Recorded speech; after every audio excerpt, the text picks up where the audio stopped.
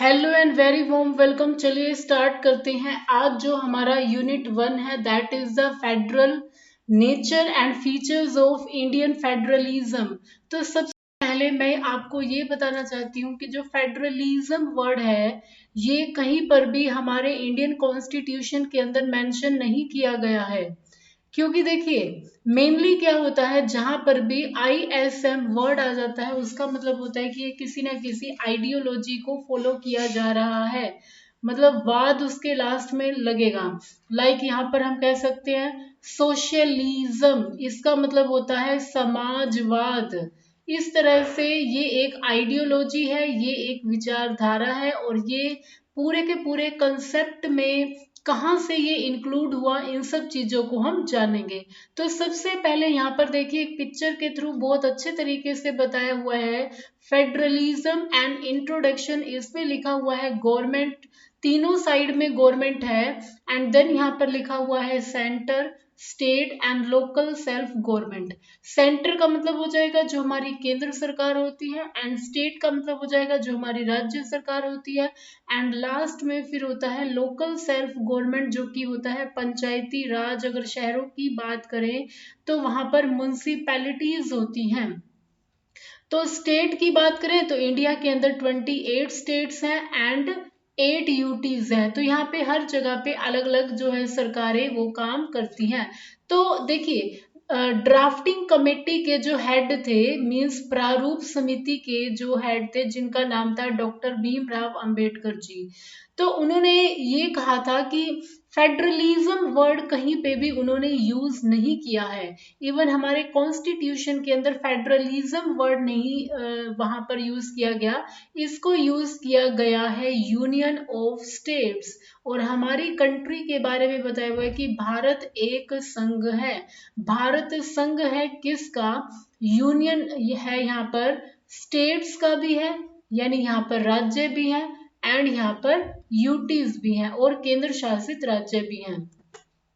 तो यहाँ पर फेडरलिज्म की जब भी बात आती है तो यहाँ पर देखिए संघवाद का मतलब होता है जहां पर पावर का डिवीजन किया जाता है, जहां पे पावर जो होती है, शक्तियों का विभाजन होता है, और ये ऑलरेडी मेंशन होता है हमारे कॉन्स्टिट्यूशन के अंदर। बताया गया है कि कहाँ पर कौन सी जो हम कह सकते हैं कि सब्जेक्ट है जिसके ऊपर देश की जो एक तरह से सेंटर सरकार है वो कानून बनाएगी, कौन से ऐसे सब्जेक्ट्स रहेंगे, कौन से ऐसे विषय रहेंगे जहां पे राज्य सरकारें बनाए, राज्य क्या बनाएंगी, कानून बनाएंगी।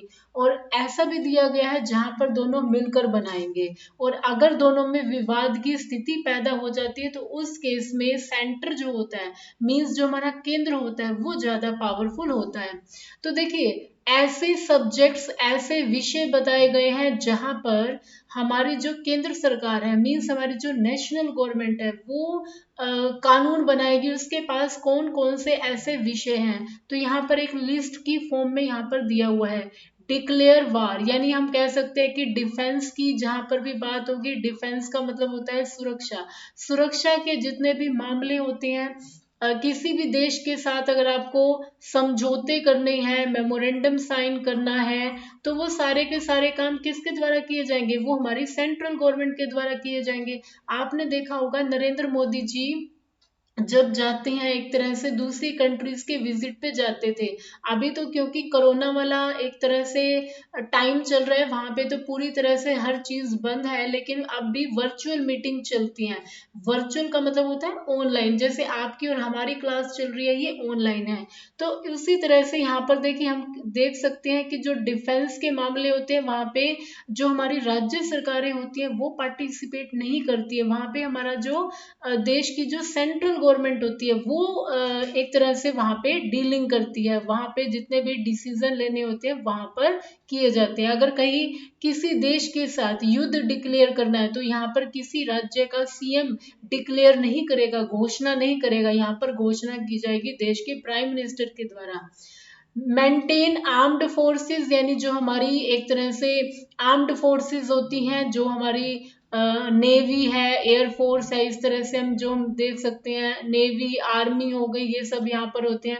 फॉरेन ट्रेड के यानी विदेश के जितने भी मामले हो गए, नई कोई स्टेट बनानी है, पोस्ट ऑफिस से रिलेटेड कुछ एस्टेब्लिश करना है लो, तो यहाँ पे हम देख सकते हैं करेंसी के रिगार्डिंग है, कम्युनिकेशन जो संवाद होता है, तो यहाँ पर मेनली जो डिसीजन होते हैं वो लिए जाते हैं देश की केंद्र सरकार के द्वारा।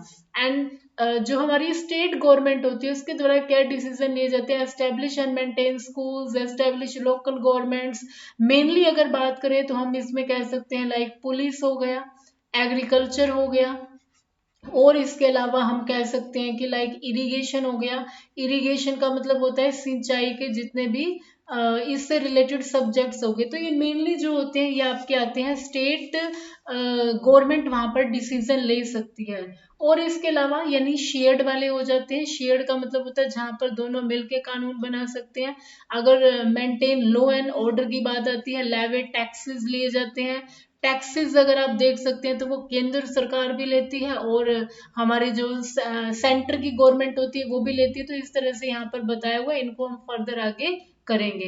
एक चीज और देख सकते हैं, फेडरलिज्म के अंदर एक चीज आती है इंटीग्रेटेड, जो हम कह सकते हैं जुडिशरी। इंटीग्रेटेड का मतलब होता है कि एकीकृत जो हमारी न्यायिक व्यवस्था होती है, ये कैसे होती है, इस वर्ड का मीनिंग क्या होता है, तो मैं आपको एक्सप्लेन करती हूँ। इंटीग्रेटेड जुडिशरी का मतलब क्या होता है, जुडिशरी का मतलब ये होता है न्याय से रिलेटेड यानी जस्टिस से रिलेटेड। देखिए जब भी हम बात करते हैं तो सबसे ऊपर हमारे पास आता है सुप्रीम कोर्ट आता है, और हमें पता है कि हमारी कंट्री में एक ही सुप्रीम कोर्ट लाई करता है जो कि है न्यू दिल्ली में। देन उसके बाद आते हैं 25 हाई कोर्ट्स हैं। 25 हाई कोर्ट्स हैं जो कि अलग अलग स्टेट में वर्क करते हैं। कायदे से तो हर देश का, हर स्टेट का अपना एक हाई कोर्ट होना चाहिए, लेकिन कई जगह पे कई स्टेट्स जो होती है वो शेयर भी करती है, लाइक हरियाणा का और पंजाब का एक ही है चंडीगढ़ के अंदर। और इसके अलावा अगर हम बात करें तो हम देख सकते हैं इसके नीचे हो जाते हैं लाइक डिस्ट्रिक्ट कोर्ट्स होते हैं। डिस्ट्रिक्ट कोर्ट से नीचे भी हम कह सकते हैं कि लाइक आप न्यायिक व्यवस्था जो गांवों वगैरह में होती है वहां पर भी देख सकते हैं। तो कहने का मतलब है कि यहाँ पर एक क्या है, इंटीग्रेटेड है। इंटीग्रेटेड का मतलब होता है एकीकृत। मान लीजिए कि अगर आप पंचायत है, लाइक सबसे नीचे आ जाता है पंचायत है, या मुनरिफ कोर्ट है, या इस तरह से लोअर कोर्ट जो हो जाती है। अगर आप इनके डिसीजन से सेटिस्फाई नहीं है तो आप डिस्ट्रिक्ट वाले पे जाएंगे, देन हाई कोर्ट वाले पे जाएंगे, देन सुप्रीम कोर्ट पे जाएंगे। और सुप्रीम कोर्ट का जो डिसीजन होता है वो सर्वोपरि होता है, इसको कोई भी चैलेंज नहीं कर सकता, मीन्स इसको चुनौती कोई भी नहीं दे सकता है। तो ये चीज हमने ध्यान रखनी है। तो इसको बोलते हैं एकीकृत न्यायिक व्यवस्था जो है हमारी यहाँ पर चलती है। ऐसा नहीं है कि डिस्ट्रिक्ट कोर्ट ने कुछ और सुना दिया, हाई कोर्ट ने कुछ और, तो लेकिन हाई कोर्ट जो है उसका ज्यादा मान्य होगा। जो हाई कोर्ट है वो रद्द कर सकता है, बाकी की जो लोअर कोर्ट्स होते हैं उनके द्वारा जो दिए गए डिसीजंस हैं। ओके, तो यहाँ पर देखिए मैं आपको एक और चीज याद दिला देती हूँ, जैसे पुलिस हो गया। तो पुलिस का मान लीजिए अगर आप हरियाणा स्टेट से आते हैं, अगर कोई वैकेंसीज निकलती है, कोई भी स्टेट वैकेंसी निकाल रही है, रिक्त पूर्तियां निकाल रही है, तो उनको सेंटर के पास जाने की कोई जरूरत नहीं है कि हमारे पास वैकेंसी है हम कैसे फिल करें। स्टेट खुद अपने बिहाफ पे पुलिस की रिक्रूटमेंट कर सकती है, क्योंकि ये जो पुलिस है ये स्टेट का सब्जेक्ट इशू हो जाता है। तो होप सो आपको ये अच्छे से हो गया होगा, क्लियर हो गया होगा, इसमें कोई भी डाउट नहीं होगा। एक चीज और मैं आपको नोट डाउन करवाना चाहती हूँ अपनी प्रीवियस ही स्लाइड में। देखिए यहाँ पर एक चीज आती है डिसेंट्रलाइजेशन, इसको भी आप नोट डाउन कर लीजिए। डिसेंट्रलाइजेशन का मतलब क्या होता है, यानी विकेंद्रीकरण बोलते हैं, यानी जहां पर पावर जो होती है वो डिवाइड हो जाती है, यही फेडरलिज्म का मेन कंसेप्ट है। डिसेंट्रलाइजेशन देखिए यूनियन के पास अपनी पावर है, यूनियन लिस्ट होती है यूनियन के पास, यानी सेंट्रल गवर्नमेंट के पास अपनी पावर है।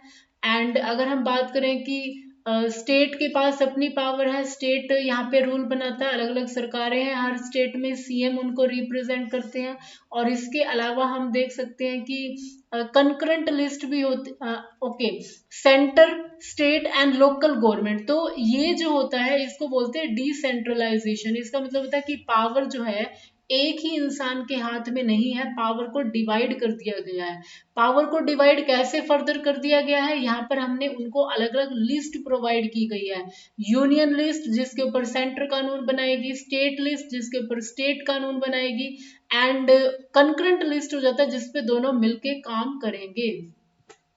तो यहाँ पर देखिए जम्मू एंड कश्मीर की जब हम बात करते हैं, लद्दाख की बात करते हैं, तो क्योंकि पहले ये एक स्टेट हुआ करता था, यहाँ पे देखिए बहुत इंपॉर्टेंट पॉइंट बताया हुआ है कि गवर्नमेंट ऑफ इंडिया ने अगस्त 5 को रिवोक्ट कर दिया, कैंसिल कर दिया जो आर्टिकल 370 था।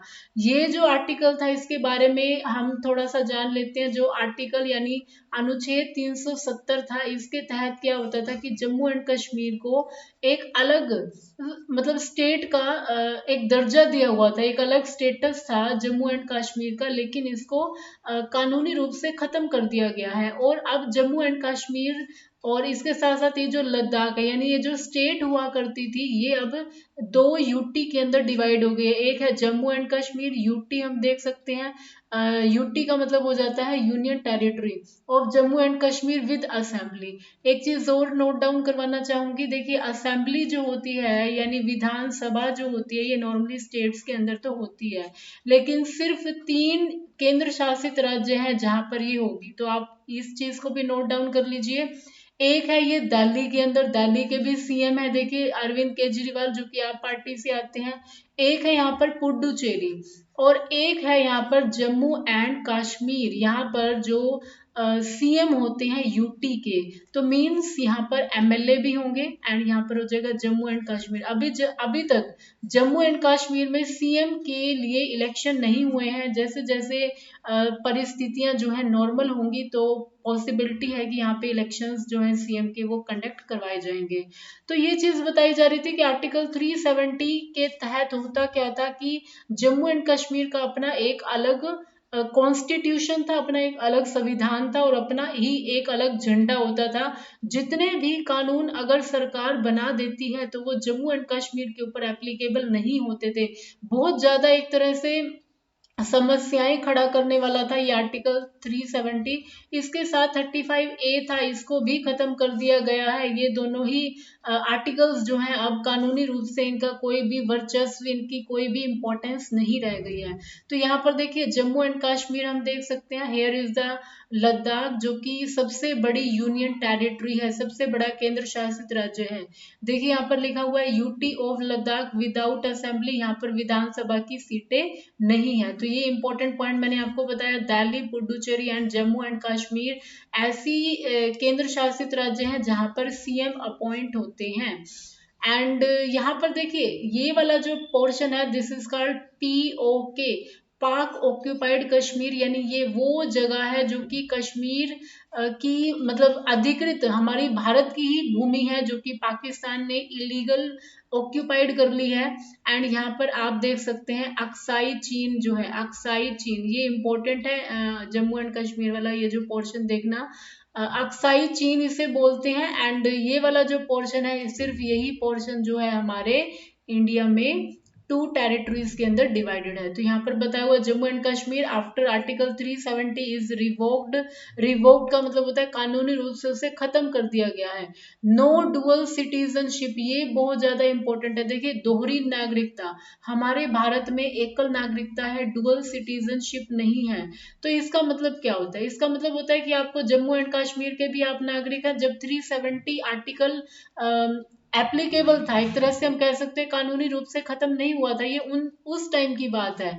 तो लेकिन अब जो है वो सिंगल सिटीजनशिप कर दी गई है। सिंगल सिटीजनशिप का मतलब होता है कि आप चाहे आप इंडिया में 28 स्टेट और 8 यूटी में से कहीं पे भी रह रहे हैं, आप भारत के ही नागरिक कहलाएंगे। ऐसा नहीं है कि आपको स्टेट की अलग सिटीजनशिप मतलब नागरिकता लेनी पड़ेगी, या अलग किसी स्टेट में जा रहे हो तो वहां की अलग होगी, ऐसा कुछ भी नहीं है, या कंट्री की अलग होगी। हमारे यहाँ पर सिंगल सिटीजनशिप है। Central laws can directly apply, पहले अप्लाई नहीं होते थे।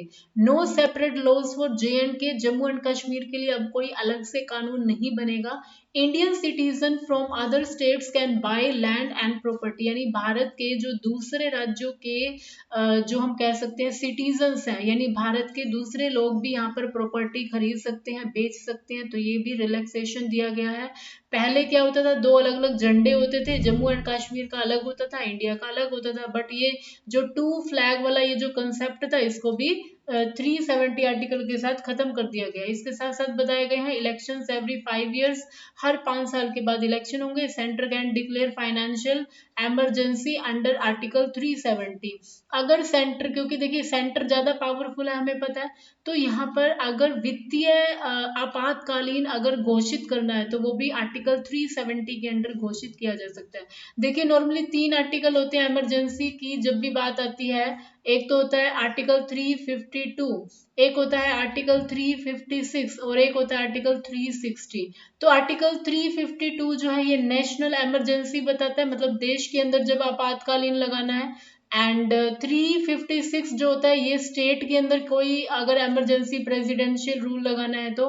एंड 360 आर्टिकल जो है अभी तक यूज नहीं किया गया है, ये होता है फाइनेंशियल इमरजेंसी, यानी हम कह सकते हैं कि वित्तीय आपातकालीन, यानी जब हमारे पास फंड्स की कमी हो जाए, बहुत ज्यादा ही हमारे पास कुछ ऐसा हम कहें कि वित्तीय समस्याएं ऐसी खड़ी हो जाए कि हमें देश में आपातकालीन लगाना पड़ रहा है। तो नेक्स्ट देखिए, police will be managed by the centre.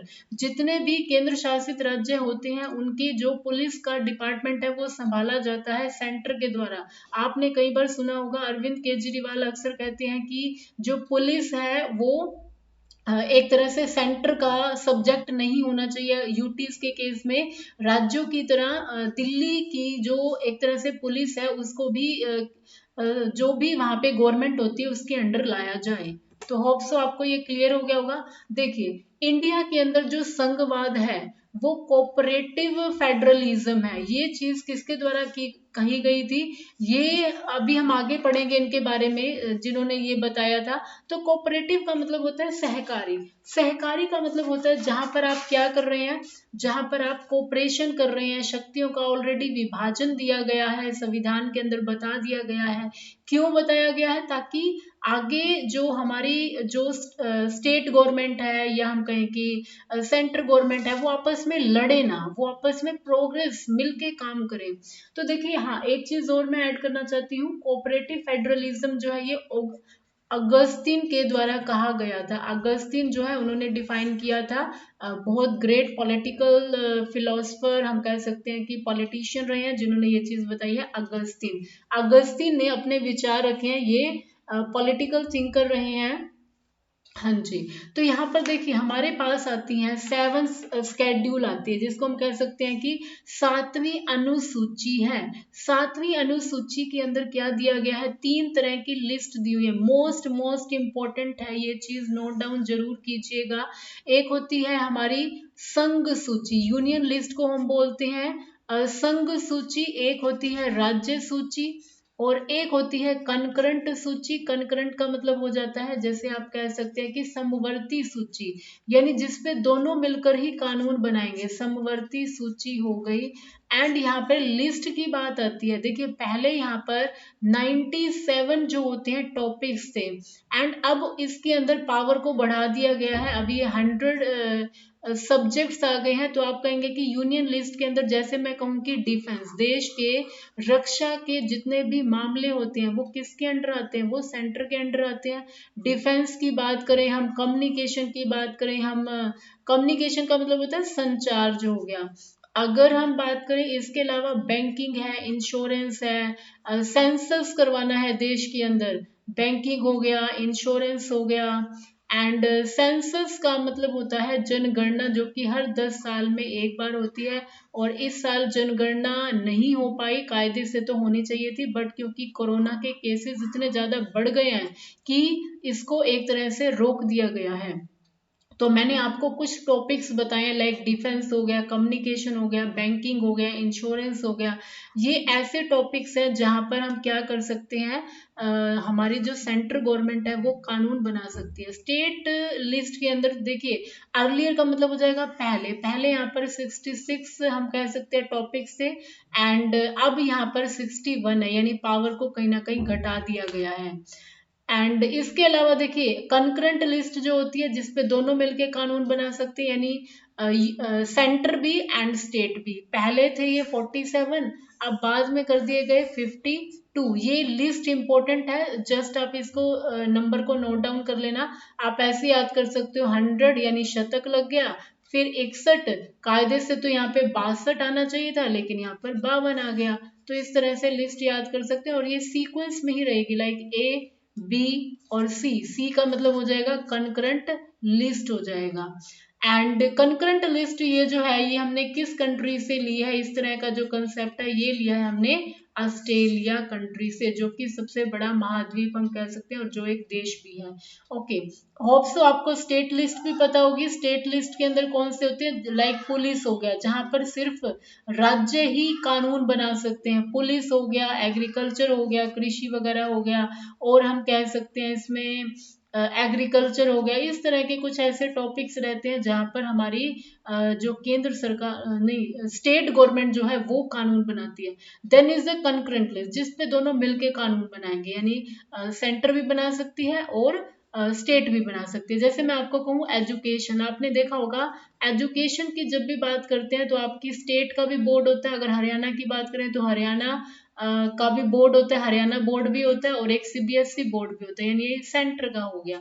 तो इस तरह का हम कह सकते हैं कि जहाँ पे दोनों मिलके काम करते हैं। लाइक फॉरेस्ट की हम बात करते हैं तो यहाँ पर भी क्या होता है, कंकरेंट लिस्ट होती है। तो यहाँ पर हमने देखा कौन सी कंकरेंट लिस्ट है और कहाँ पे एक तरह से अलग अलग लिस्ट के बारे में बताया हुआ है। तो यहाँ पे देखिए, इंडिया के अंदर जो एक तरह से फेडरलिज्म है, जो संघवाद है, वो कौन सा है, तो यहाँ पर है कोऑपरेटिव फेडरलिज्म। कोऑपरेटिव यानी सहकारी है, शक्तियों का ऑलरेडी विभाजन कर दिया गया है ताकि शक्तियों के लिए लड़ना ना पड़े, या हम कहें कि सेंटर ही ज्यादा पावरफुल ना हो जाए। तो यहाँ पर हम कह सकते हैं कोऑपरेटिव फेडरलिज्म है। एक वर्ड आएगा क्वासी फेडरलिज्म। क्वासी का मतलब क्या होता है, अर्ध हम कह सकते हैं कि अर्ध, जो हम एक तरह से फेडरलिज्म, इसको फेडरलिज्म को क्या बोलेंगे, हम कहेंगे कि यहाँ पे संघवाद है। तो यानी क्वासी का मतलब होता है हाफ। तो यानी शक्तियां तो दी गई है लेकिन यहाँ पे मेनली जो पावरफुल रखा गया है, किसको रखा गया है, सेंटर को रखा गया है। तो क्वासी ही है एक तरह से। देखिए, कोऑपरेटिव फेडरलिज्म के अंदर इंडिया है, यहाँ पे क्वासी फेडरलिज्म है। पावर का डिवीजन तो है, हमने देखा था 3 तरह की लिस्ट भी बनाई गई है, 3 तरह की गवर्नमेंट्स भी हैं। कोऑपरेटिव फेडरलिज्म है क्योंकि सब मिलके काम करें, ये ना हो कि एक तरह से छीना झपटी हो, या मतलब एक तरह से ऐसा कंपटीशन अराइज हो जाए जो कि एक गलत मैसेज जाए। प्रोग्रेस फॉर्म में काम करें, प्रोग्रेसिव मोड में काम करें। इवोल्यूशन दिया हुआ है, इवोल्व कैसे हुआ, प्रेसिडेंट रूल हो गया जैसे, और ये हम बाद में डिस्कस करेंगे। लाइक हम कह सकते हैं SR Bommai versus union of India. Taxation power जो होती है, टैक्स लगाना, like GST, goods and services tax होते हैं, जो एक तरह से टैक्स लगाए जाते हैं, वो सेंटर भी लगाती है, वो स्टेट भी लगाती है। अगर सेंटर ले रही है टैक्सेस तो वो सेंटर डिवाइड भी करती है स्टेट के अंदर। ओके, एनोमलीज कुछ आर्टिकल्स यहाँ पर दिए हुए हैं। जीएसटी काउंसिल, जब भी अगर कोई टैक्सेशन का भी कोई मीटिंग होती है तो वहां पे फाइनेंस कमीशन जो होते हैं, हमारे वित्त सचिव जो होते हैं, उनके जीएसटी काउंसिल होती है, परिषद होती है, मतलब मीटिंग्स बुलाई जाती है। जस्ट आप इसको ये एक देख सकते हैं, इसमें जस्ट आपको इसमें कोई बहुत ज्यादा लर्न नहीं करना है। फाइनेंस कमीशन होता है वित्त आयोग, यानी जो पैसे से रिलेटेड, टैक्स तो इकट्ठा हो गया, अब टैक्स को डिवाइड कैसे करेंगे, रेशो वगैरह कैसे आएगा, तो हमारा जो वित्त आयोग होता है, फाइनेंस कमीशन जो होता है, वो डिसाइड करता है। और अभी करंटली हमारा 15th फाइनेंस कमीशन चल रहा है, जिसके हेड है नंद कुमार सिंह जी। ये भी आप नोट डाउन कर सकते हैं, चेयरमैन है ये फाइनेंस कमीशन के। टैक्स आ गया है, टैक्स को डिवाइड भी तो करना पड़ेगा, तो उसके लिए वर्ड है यहाँ पे, डिपार्टमेंट है एक फाइनेंस कमीशन यानी वित्त आयोग। White metal states have a vote in the GST council, her state GST council की जैसे ही मीटिंग होती है, जीएसटी परिषद, काउंसिल का मतलब हो जाएगा परिषद की मीटिंग होती है, तो वहां पर वो अपने अपने विचार रखते हैं। यहाँ पे ये नहीं है कि सेंटर अपना जो पॉलिसीज होते हैं वो सिर्फ थोप रहा है, तो थोपने वाली बात नहीं है। यहाँ पे प्रॉपर डिस्कशन होता है, उनके जो भी प्रॉब्लम्स होती हैं उनको लिया जाता है। लाइक हम कह सकते हैं कि सेंटर की बात करते हैं तो जो प्राइम मिनिस्टर होते हैं वो एनुअल बेसिस पे मीटिंग्स भी लेते रहते हैं। किनकी, सीएम की, हर स्टेट के सीएम की एक तरह से इनकी मीटिंग्स भी होती है, ताकि ये पता चले कि कोई स्टेट ऐसी तो नहीं है जिसको प्रॉपर फंड्स नहीं मिल रहे हैं, या जहाँ पे प्रॉपर वे से पॉलिसीज इंप्लीमेंट नहीं हो रही है। तो ये चीज बताइए, यहाँ पे क्वासी फेडरलिज्म है, अर्ध हम कह सकते हैं कि यहाँ पे फेडरलिज्म को फॉलो किया जाता है, सेंटर ज्यादा पावरफुल है। ओके, वे फॉरवर्ड, यहाँ पे कोऑपरेटिव सहकार्य भी है और कंपटीशन भी है। Pay heed to Sarkaria and Punchhi commission, just आप इनको याद करेंगे, ये फर्दर हम अपने जो हमारे लेक्चर्स आएंगे उसमें हम डिवाइड करेंगे। देखिए, डिफाइनिंग फेडरलिज्म, फेडरलिज्म को, संघवाद को जब हम डिवाइड कर रहे हैं तो यहाँ पे अलग अलग चीजें आती हैं। डुअल फेडरलिज्म भी होता है, कोऑपरेटिव फेडरलिज्म भी है, मार्बल केक फेडरलिज्म भी है, कंपटीशन फेडरलिज्म भी है। आपको कोऑपरेटिव फेडरलिज्म वाला जो है ये नोट डाउन करना है, बट एक बार हम इनका रिव्यू देख लेते हैं क्या क्या होता है। डुअल फेडरलिज्म के अंदर क्या होता है, views the constitution as giving a limited list of powers to the national government, leaving the rest to the sovereign states. यानी यहाँ पर संविधान से पावर आती है। डुअल फेडरलिज्म, हमारे इंडिया में भी यही कह सकते हैं कि मतलब एक तरह से देश के अंदर जो सरकारें हैं वो लड़ने का काम ना करें, ऑलरेडी शक्ति का विभाजन हो जाए कि हाँ जी आपके ये टॉपिक है, आप इसके ऊपर काम करेंगे और आप इसके ऊपर काम करेंगे, तो अगर शक्तियां, अगर काम ऑलरेडी डिवाइडेड होंगे तो काम आगे मुश्किल नहीं आएगा, सभी एक प्रोग्रेसिव मोड में काम करेंगे। तो ये चीज यहाँ पे बताई हुई है। सोवरेन का मतलब होता है संप्रभुता संपन्न, यानी कहने का मतलब है जो खुद एक तरह से कंट्रोल कर सकते हैं, जिनके ऊपर दूसरे कंट्रोल नहीं करेंगे, तो यहाँ पर ये चीज बताई हुई है। एंड कोऑपरेटिव फेडरलिज्म क्या होता है, federalism as a cooperative system, यानी संघवाद तो है लेकिन वो एक दूसरे को किस लिए बनाया गया है, एक दूसरे को कोऑपरेट करने के लिए, एक दूसरे का सहयोग करने के लिए। Of intergovernmental relations in delivering goods and services to the people, यानी लोगों के लिए वो अच्छे से काम करे, चाहे सामान को डिलीवर करना है या सर्विसेज को, सेवाओं को पहुंचाना है। लाइक आप देख सकते हैं आज का जो कोविड वाला हमारा ये जो एक पैंडेमिक फैला हुआ है, महामारी फैली हुई है, तो हमेशा स्टेट्स के द्वारा ये कहा जाता है कि हमें ऑक्सीजन सिलेंडर्स दिए जाएं, या टाइम टू टाइम उनके द्वारा डिमांड की जाती है। तो ये चीज हो जाती है कि वहां पे सेंटर भी हेल्प कर रहा है कि सेंटर को इतना कोटा मिलेगा, ऑक्सीजन सिलेंडर्स इतने मिलेंगे, तो टाइम टू टाइम ये जो काम होते हैं किए जा रहे हैं। मार्बल केक फेडरलिज्म, ये जस्ट आपने पढ़ना है, इसको इतना देखना नहीं है कि इतना इंपॉर्टेंट नहीं है। As the colours are mixed in a marble cake, colours को मिक्स कर दिया जाता है। मान लीजिए इधर था व्हाइट कलर और इधर था रेड कलर, तो यहाँ पर क्या हो गया, मिक्स करके हमारे पास पिंक कलर आ गया, यानी यहाँ पे एक तरह से मिक्सिंग की जाती है, सो दैट की फंक्शंस जो होते हैं, जो हमारे कार्य होते हैं वो मिक्सड हो जाते हैं। ऐसा अमेरिकन यानी अमेरिका के फेडरल सिस्टम में हम देख सकते हैं। एंड कॉम्पिटिटिव फेडरलिज्म, नाम से है जिसमें कंपटीशन होगा, views the levels of government as being in competition to provide packages of services and tax, जहां पर अलग अलग उनको सर्विसेज वगैरह प्रोवाइड की जाती है। तो जस्ट आप इसको देख सकते हैं। उसके बाद देखेंगे अलग अलग यहाँ पर व्यूज दिए गए हैं संघवाद को लेकर, वो क्या है। पहले आते हैं ऑस्टिन, जो कि बोलते हैं इंडिया के फेडरलिज्म को कोऑपरेटिव फेडरलिज्म बोलते हैं वो। एंड केसी वियर, जस्ट आप इनके नाम याद कर सकते हैं। केसी वियर बोलते हैं क्वासी फेडरलिज्म, फेडरलिज्म तो है लेकिन वहां पे अर्ध हम कह सकते हैं कि संघवाद है।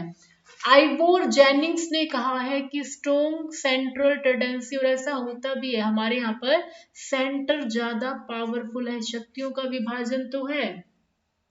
और इसके अलावा आप देख सकते हैं कि एप्पलवे ने कहा है कि कंप्लीट फेडरलिज्म है इंडिया में। मॉरिस जोन्स ने कहा है कि कंसेंट फेडरलिज्म है, संघवाद तो है लेकिन वो आपसी सहमति के ऊपर ही बनाया हुआ है। तो ये काफी इंपॉर्टेंट रहेंगी। एंड एक चीज और, जो क्वासी फेडरलिज्म है ये हमने किस कंट्री के कॉन्स्टिट्यूशन से लिया है, तो ये कनाडा के कॉन्स्टिट्यूशन से। तो होप सो आपको ये जो एक छोटा सा वीडियो था जिसमें कि आप यहाँ पे थोड़ा बहुत समझ पाएंगे, आपकी नॉलेज एनहांस हुई होगी फेडरलिज्म को लेके। अब देखिए यहाँ पे एक और चीज आ रही है, unitary countries and federal countries. India जो है ये फेडरल है, फेडरल मतलब संघ है। यहाँ पर देखिए फेडरल को ही पहले ले लेते हैं, फेडरल गवर्नमेंट है एंड यहाँ पर स्टेट गवर्नमेंट है। तो डिसेंट्रलाइजेशन का मतलब मैंने आपको बताया क्या होता है, विकेंद्रीकरण। विकेंद्रीकरण का मतलब होता है जहां पर शक्तियों का बंटवारा है, शक्तियां मतलब पावर, सब्जेक्ट अलग अलग दिए गए हैं। सेंट्रल, टेरिटरी, एडमिनिस्ट्रेशन, इस तरह से हम देख सकते हैं प्रशासन को बताया गया है कि आप इन सब चीजों को क्या करवाएंगे, एप्लीकेबल करवाएंगे। लाइक आप देख सकते हैं कि प्रशासन के द्वारा, पुलिस के द्वारा जैसे ही आप घर से बाहर निकल रहे हैं तो वहां पे लॉ एंड ऑर्डर को, या कि हम कह सकते हैं कि लोग बाहर ना आए, तो इसीलिए एडमिनिस्ट्रेशन, प्रशासन के द्वारा, IAS IPS time to time CM के द्वारा उनको गाइडलाइंस दी जा रही है। तो यहाँ पे एक सिस्टम जो होता है वो चल रहा है। नेक्स्ट देखिए डेलीगेशन जो होता है उनका दल हम कह सकते हैं, तो सेमी ऑटोनोमस एंट्री। सेमी मतलब हाफ, ऑटोनोमस का मतलब हो जाता है कि खुद से चलने वाला है। तो यहाँ पे हम कह सकते हैं कि सेमी ऑटोनोमस है, अर्ध हम कह सकते हैं कि फॉर्म में वो चल रहा है। डेलीगेशन का मतलब हो जाता है, लाइक आप कह सकते हैं आईएएस आईपीएस जो हमारे एडमिनिस्ट्रेशन है वो भी पास वगैरह इशू कर रहे हैं, क्योंकि उनको भी अथॉरिटी दी गई है ताकि वो सिस्टम को अच्छे से चला सके। नेक्स्ट देखिए डिसेंट्रलाइजेशन की बात आती है, तो इलेक्टेड सब नेशनल गवर्नमेंट, वही मतलब हो जाता है कि अलग अलग पावर्स डिवाइड है, किस तरह से कि अलग अलग गवर्नमेंट वहां पर चुनी गई है। नेक्स्ट देखिए यूनिटरी कंट्री, यहाँ पे है जो सेंट्रल गवर्नमेंट है वो ज्यादा पावरफुल होती है। तो सेंटर ही यहाँ पे, यानी जो सेंटर के अंदर आएगी सरकार, वही बाकी स्टेट्स को शक्ति देने का काम करेगी। इनका कॉन्स्टिट्यूशन के अंदर कोई भी जिक्र नहीं है, जिक्र नहीं है मतलब कॉन्स्टिट्यूशन के अंदर यहाँ पर कोई भी क्लैरिटी नहीं दी हुई है। सेंट्रल गवर्नमेंट चाहे तो स्टेट गवर्नमेंट से पावर ले भी सकती है या नहीं भी ले सकती। लेकिन अगर हम इंडिया का एग्जाम्पल लें, अगर हम यूएसए का एग्जाम्पल लें, ऐसे हमारे पास एग्जाम्पल्स हैं जो कि फेडरल कंट्रीज के हैं, जहां पे ऑलरेडी बताया गया है कि भारत में क्या होगा, शक्तियों का विभाजन होगा। और ये सोर्स हमें कहाँ से मिल रहा है, ये मिल रहा है हमारे देश का जो सबसे बड़ा लॉ एंड ऑर्डर की एक तरह से बुक है, वो है कॉन्स्टिट्यूशन। तो डिसेंट्रलाइजेशन यहाँ पर देख सकते हैं, सेंट्रल है, गवर्नमेंट है, टेरिटरी है, टेरिटोरियल एडमिनिस्ट्रेशन। डेलीगेशन की बात करें तो सेमी ऑटोनोमस एंट्रीज होगी। एंड डिसेंट्रलाइजेशन इवोल्यूशन, इलेक्टेड सब नेशनल गवर्नमेंट, ऑटोनोमस सब national government with legislative power. Simple इसके अंदर बताया हुआ है कि यूनिटरी कंट्री के अंदर सेंटर ज्यादा पावरफुल है, फेडरल कंट्री के अंदर यहाँ पे पावर को डिवाइड किया गया, फेडरल गवर्नमेंट है क्योंकि शक्तियों का विभाजन है। तो होप सो आपको ये वीडियो अच्छा लगा होगा और आप अपने नोट्स जो है वो जरूर बनाइएगा। एंड इसी तरह से मैं लेक्चर सीरीज लाती रहूंगी। तो थैंक यू सो मच। जय हिंद, जय भारत।